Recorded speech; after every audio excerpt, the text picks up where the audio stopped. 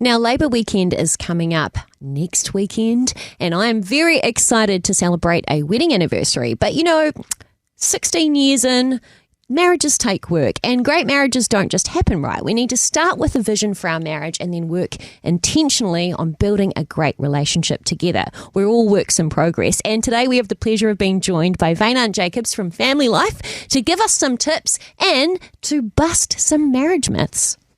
Kia ora, Vane. Great to have you back with us on the show.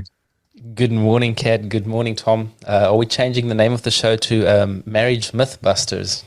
I do like it, though. There could be some legs to that, but it's interesting that we continue to look at some of the common myths and misconceptions around marriage, right? So we've got another one to look at today, and I've got this, have I got this right? Love is as easy as give and take. So what are we talking about today in terms of this being perhaps a myth when it comes to our marriages? That's right. The thing about myths, Tom, is that they sound so close to being true, right? So if you think love is, it's all about give and take, but if you think about give and take, that just, another way of saying that is that love is 50-50. And so, that's the myth we're covering today, that love is actually not 50-50. A marriage isn't supposed to be 50-50. And the thing is, a 50-50 marriage is also a performance-based relationship. Well, it sounds very mathematical, like you're keeping a record, like you're like, if you give this much, then I'm going to give this much, and then it should all equal to zero, right? Well, surely, obviously we both need to contribute to make the relationship work. So why is this 50-50 concept not helping people? Yeah, well, that's right. If you do the maths, then 50 and 50 equals 100. So yes, that actually sounds logical that, we both need to bring our parts. We talk about it in teamwork and all the way.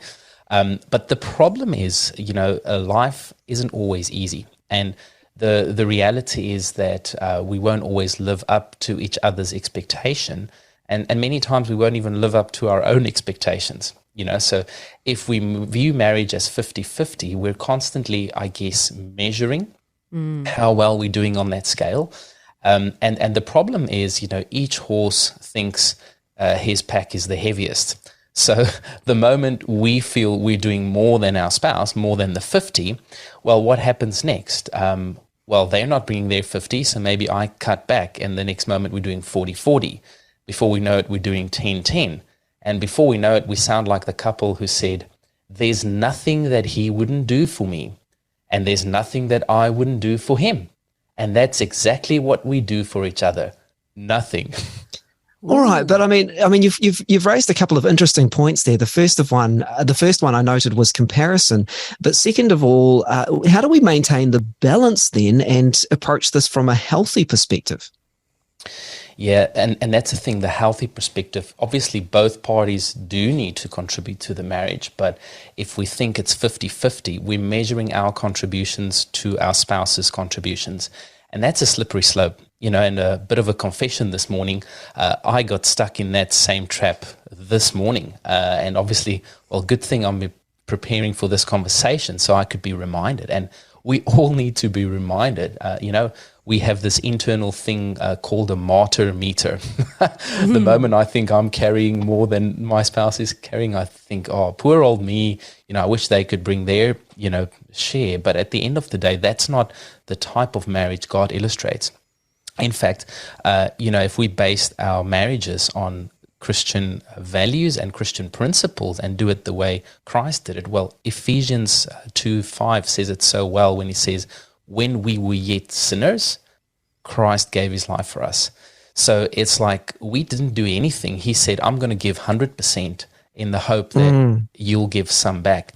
And that is the example that we can follow in our marriage. It's like, let's give 100%, not 50% and then expect 50% back. Let's give 100% back.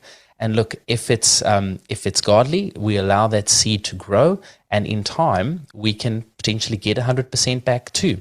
But we don't give it, like we don't draw a contract when we get married. Actually, if you think about it, it's called a marriage vow, and a vow is I vow to give 100% in sickness and in health. So that's the thing. Today, it's not 50-50. It's actually let's give 100. And I guess there's the other element too. If you are feeling a little frustrated, perhaps you do feel, woe is me, you feel like you're a bit of a martyr and you feel like you're giving more, you can actually give that over to God rather than putting that burden on your spouse, and actually pray that God will actually change the heart of your spouse. There's an opportunity there, right, to hand it over to Him. Yeah, that's the one. So, yeah, I mean, we want to just be reminded that marriage is something that God created.